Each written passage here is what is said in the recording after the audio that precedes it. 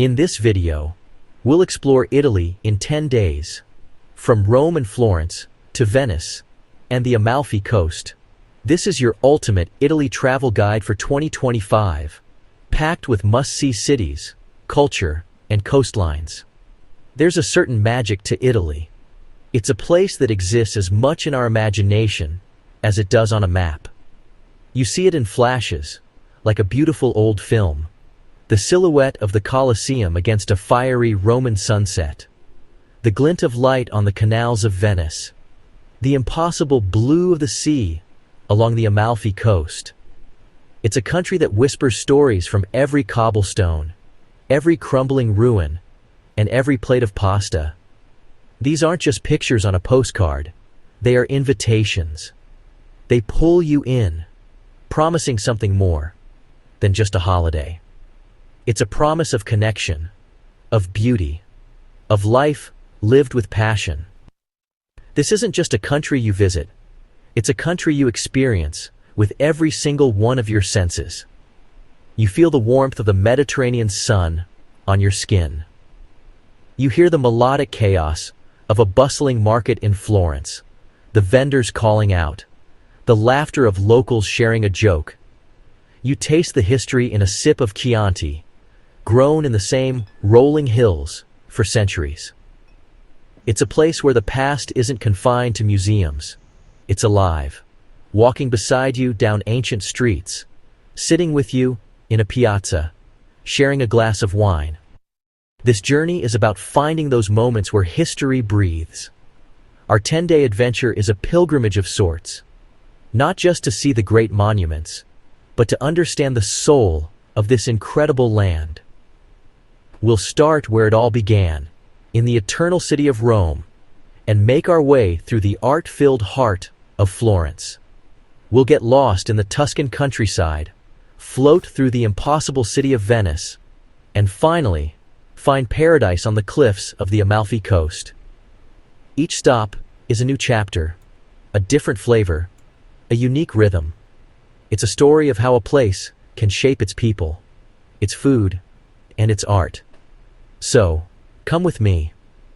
Let's walk these ancient paths together. Let's get a little lost, discover a hidden trattoria, and maybe learn a little something about the art of living well. La dolce vita. This isn't just a travelogue. It's a search. A search for the authentic, the beautiful, and the delicious. A search for the stories that make Italy, well, Italy. It's a journey that promises to fill not just your camera roll, but your heart. And believe me, the memories you make here will stay with you long after you've left. Our journey begins in Rome, a city that wears its history like a badge of honor. You step off the plane, and you can feel it immediately, the weight of millennia. The air itself seems thick with stories. Our first 2 days are a whirlwind immersion into the heart of the ancient world. We walk the same stones where gladiators and emperors once tread. The Colosseum isn't just a ruin. It's a colossal, breathtaking testament to power and spectacle. Standing inside, you can almost hear the roar of the crowd, a ghostly echo carried on the breeze. It's overwhelming, humbling, and utterly magnificent. From the grandeur of the arena, we wander into the Roman Forum. This, right here, was the center of the universe for centuries. It's a sprawling landscape of fallen columns, grand arches, and the foundations of ancient basilicas. It's easy to feel small here, a fleeting visitor in a place of such immense importance. But as you walk, you start to piece it all together. You can imagine the senators in their togas debating, the merchants haggling, the lifeblood of an empire flowing through these very streets. It's not just a collection of old rocks. It's the ghost of a civilization laid bare before you. Of course, Rome is not just about its ancient past. It's a living, breathing city. We find our way to the Trevi Fountain, a Baroque masterpiece of surging water and stone gods. The sound of the cascades is deafening and wonderful. Tossing a coin over your shoulder. It's a tourist cliché, I know, but you have to do it. It's a promise you make to the city that you'll return. Then, a short walk away, the Pantheon. You step inside, and you look up at that perfect oculus, open to the sky. It's a moment of pure architectural genius, a connection between the earth and the heavens that leaves you speechless. And in between these monumental sights, we find the real Rome. We lose ourselves in the narrow, winding streets of Trastevere. We stop for an espresso at a tiny bar, standing shoulder to shoulder with locals. The coffee is strong, rich, and gone in 2 sips. It's the fuel that keeps this city moving. We watch the sunset from the Janiculum Hill, the city's domes and rooftops bathed in a soft apricot glow. Rome isn't just a city you see, it's a city you feel, a city you taste, a city that gets under your skin and stays there. On our 3rd day, we cross an invisible border into the smallest sovereign state in the world, Vatican City. It may be small in size, but its influence is immeasurable. The moment you step into St. Peter's Square, the sheer scale of the place takes your breath away. Bernini's colonnades reach out like 2 giant arms, embracing you, welcoming you into the heart of the Catholic world. The grandeur is almost intimidating, designed to make you feel the power of faith. And then you walk into St. Peter's Basilica, and the world outside simply melts away. Inside, it's a universe of marble, gold, and light. The scale is impossible to comprehend. Sunlight streams down from Michelangelo's magnificent dome, illuminating the vast space below. It feels less like a building, and more like a testament to what humanity can achieve when driven by belief. We stand before Michelangelo's Pietà, a sculpture so perfect, so full of grace and sorrow, it seems to breathe. You don't have to be religious to be moved by this place. You just have to be human. It's a quiet, contemplative experience that hums with centuries of devotion. The journey continues into the Vatican museums, a labyrinth of art and history. It's a treasure trove so vast, you could spend a lifetime here and still not see everything. We walk through the gallery of maps, the walls lined with stunning frescoed maps of Italy from the 16th century. We see Raphael's rooms, each one a masterpiece of Renaissance art. It's an overload for the senses, a dizzying parade of genius. Every corner you turn reveals another priceless work, another piece of the human story, captured in paint or stone. And then, the grand finale, the Sistine Chapel. You enter in silence, as instructed, and you look up. There are no words. Michelangelo's ceiling is not just a painting. It's a creation story, a divine epic that unfolds above you. You crane your neck, trying to take it all in. The creation of Adam, the flood, the prophets and Sibyls. It's a profoundly personal and spiritual moment, shared with hundreds of strangers in hushed reverence. Leaving the Vatican, you feel a sense of awe. You've just walked through a place where art and faith are so intertwined, they become one and the same. Leaving the imperial grandeur of Rome behind, we take a train north to Florence, the city that gave birth to the Renaissance. The change in atmosphere is immediate. Florence feels more intimate, more walkable, a city built on a human scale. Its skyline is dominated by one thing: Brunelleschi's magnificent Duomo. Climbing its 463 steps is a rite of passage. It's a narrow, winding ascent, but the reward is one of the most beautiful views in all of Italy. You emerge into the daylight and see the entire city spread out below you, a sea of terracotta roofs, with the Tuscan hills in the distance. Florence is a city built for wandering. We spend our days getting lost in its medieval streets, each turn revealing a new piazza, a hidden courtyard, or a charming artisan workshop.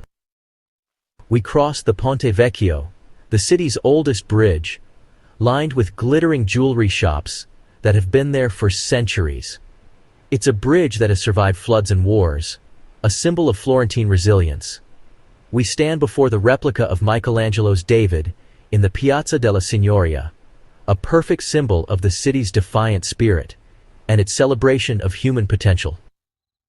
Of course, a trip to Florence is incomplete without a visit to the Uffizi Gallery. This is where the Renaissance comes to life. We stand before Botticelli's The Birth of Venus, a painting so iconic, it feels like meeting an old friend. We see works by Leonardo da Vinci, Caravaggio, and Raphael. It's a journey through the evolution of Western art, a powerful reminder of how this one small city changed the world forever. The sheer concentration of masterpieces is staggering. You leave feeling enriched, inspired, and maybe a little overwhelmed by all the beauty. But Florence is not just about art and history, it's also about food. We find our way to the Mercato Centrale, a bustling indoor market where the sights and smells are intoxicating. Stalls are piled high with fresh produce, local cheeses, cured meats, and handmade pasta. We sit down for a simple lunch, a plate of fresh tagliatelle with a rich wild boar, ragu. It's simple, honest, and unbelievably delicious. In Florence, art is not just something you see in a gallery. It's in the craftsmanship of a leather bag, the beauty of a simple meal, and the very air you breathe. After the artistic feast of Florence, it's time to escape to the countryside. Day 6 is dedicated to the rolling hills and golden light of Tuscany. This is the Italy of our dreams, the landscape that has inspired painters and poets for centuries. We drive out of the city, and, pretty soon, the urban landscape gives way to a panorama of cypress trees, olive groves, and sprawling vineyards. The pace of life slows down instantly. The air feels cleaner, the silence broken only by the chirping of cicadas. It's a place that really encourages you to simply be. Our destination is a small, family-run winery, an agriturismo where they not only grow grapes, but also live off the land. The owner, a man whose hands tell the story of a lifetime spent working the soil, greets us with a warm smile. He walks us through his vineyards, explaining the delicate process of cultivating Sangiovese grapes, the soul of Chianti wine. He speaks with a passion that is honestly infectious, a deep love for his land and his craft. This isn't just a business for him, it's a legacy.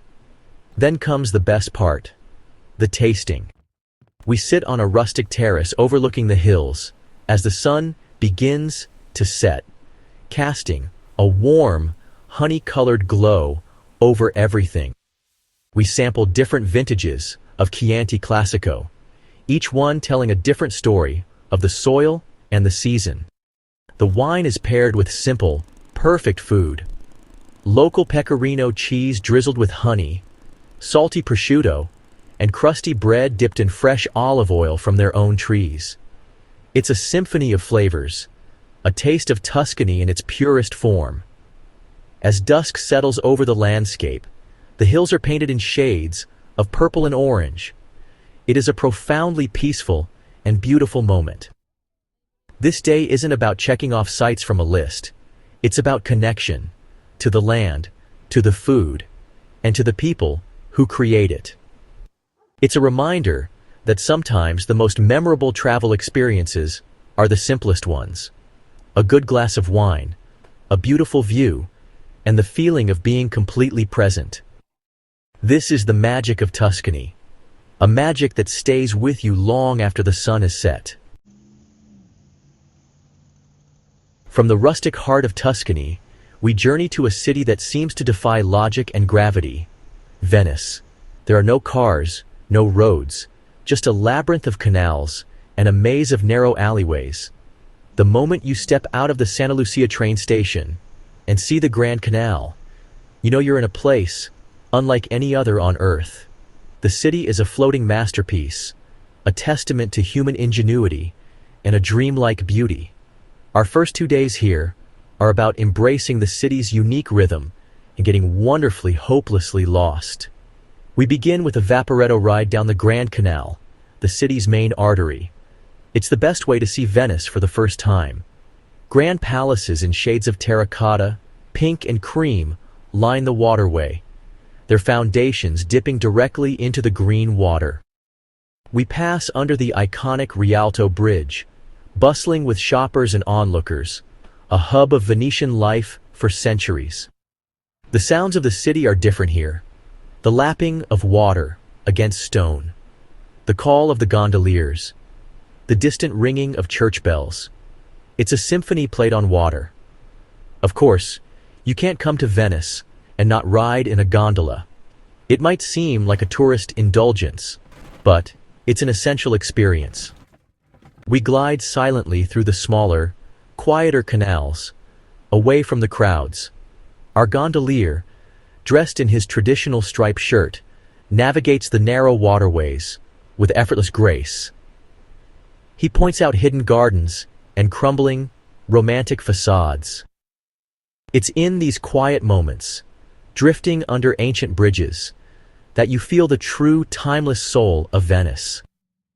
It's a city that invites intimacy and whispers secrets if you're willing to listen. As night falls, Venice transforms. The day trippers depart, and a magical quiet descends upon the city. The lights from the palaces shimmer on the dark water of the canals, creating a scene of breathtaking beauty. We wander through the deserted squares, the sound of our footsteps echoing on the stone. We find a small baccaro, a traditional Venetian wine bar, and enjoy some zacchetti, small snacks like Venetian tapas, with a glass of local wine. This is the real Venice, the one the locals know, a serene, mysterious, and utterly enchanting queen of the sea. For our final 2 days, we travel south to a place where mountains plunge dramatically into a turquoise sea, the Amalfi Coast. This is a landscape of pure, unadulterated drama and beauty. The coastline is a series of hairpin turns, cliffside villages, and jaw-dropping views. Our base is Positano, a town that seems to tumble down the cliffside in a cascade of pastel-colored houses. The sight of it from the water, with its vibrant colors set against the green cliffs and blue sea, is one of the most iconic images of Italy. The air here is fragrant, with the scent of lemons and sea salt. The Amalfi Coast is famous for its enormous, fragrant lemons, and they are everywhere, in the terraced groves, clinging to the cliffs, in the fresh lemonade sold at street-side stands, and in the delicious local liqueur, limoncello.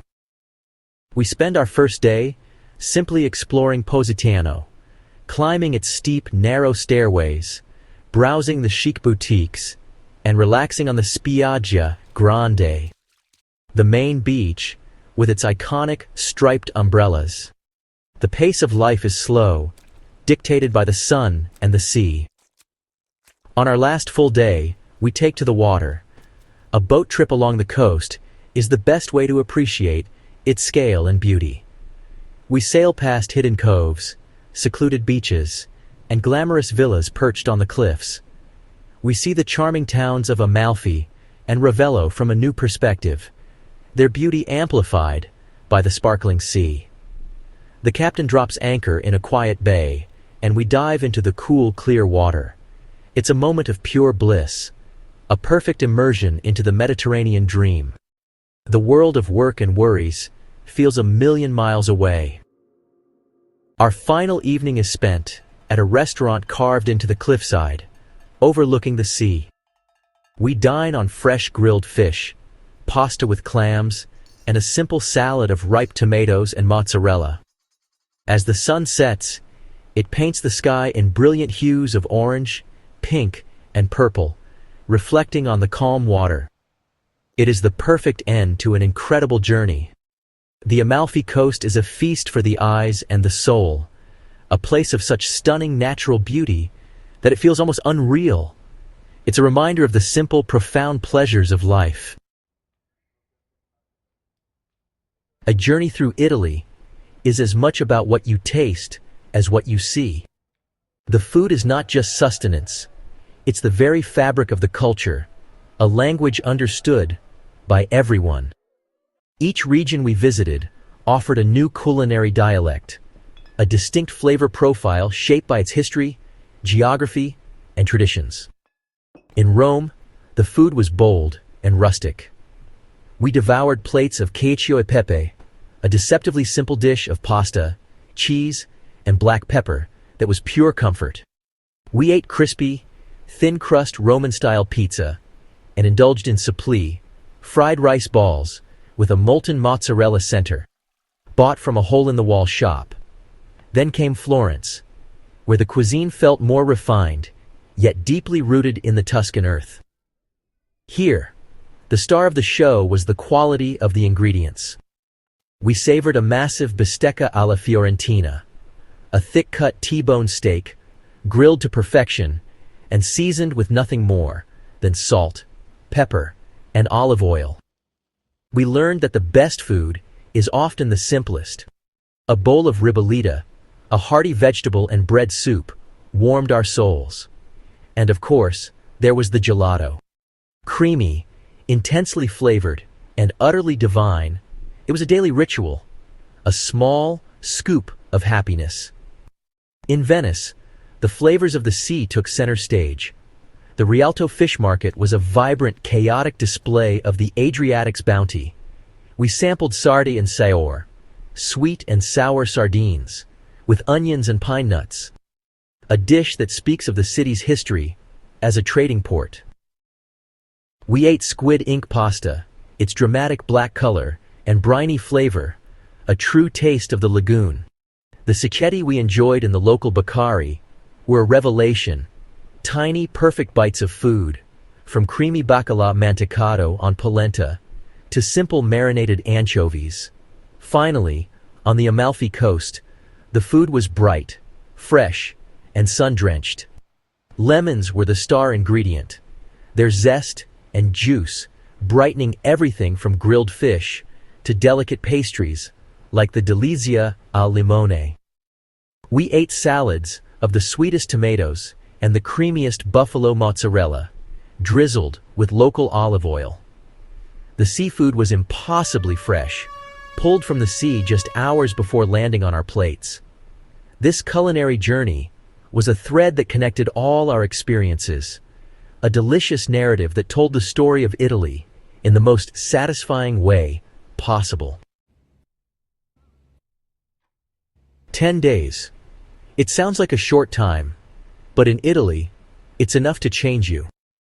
Our journey from the ancient stones of Rome to the sun-drenched cliffs of the Amalfi Coast was more than just a trip. It was an immersion into a world of profound beauty, deep history, and unapologetic passion for life. We came to see the iconic sights, and we did. We stood in awe before the Colosseum, craned our necks in the Sistine Chapel, and floated down the Grand Canal. But the moments that truly defined this trip were the ones in between. It was the taste of that first espresso in a Roman cafe, the shared smile with a shopkeeper in Florence, the quiet hum of the Tuscan countryside at sunset. It was the feeling of cool water on a hot day on the Amalfi Coast, and the way the light in Venice seemed to dance on the canals. These are the memories that embed themselves in your soul. Italy doesn't just show you its beauty, it invites you to be a part of it. It teaches you to slow down, to savor the moment, to appreciate the simple, profound joy of a good meal shared with good company. You leave Italy with more than just souvenirs and photographs. You leave with a sense of inspiration. You see how art and life can be one and the same, how history can be a living, breathing presence, and how beauty can be found in the smallest details. The curve of a cobblestone street, the color of a gelato, the warmth of a stranger's greeting. It's a country that reminds you of the importance of craft, of family, and of taking the time to do things well, whether it's making pasta or building a cathedral. So my advice to you is simple. Go. Go and find your own Italy. Get lost in the alleyways. Talk to the locals. Eat something you can't pronounce. Let the country work its magic on you. Because the stories of Italy are not just in its museums and guidebooks. They are waiting for you in a bustling piazza, on a quiet vineyard, and at a table set for dinner. This journey has come to an end, but the story of Italy continues. And the best part is, it's a story that always has room for one more chapter. Yours.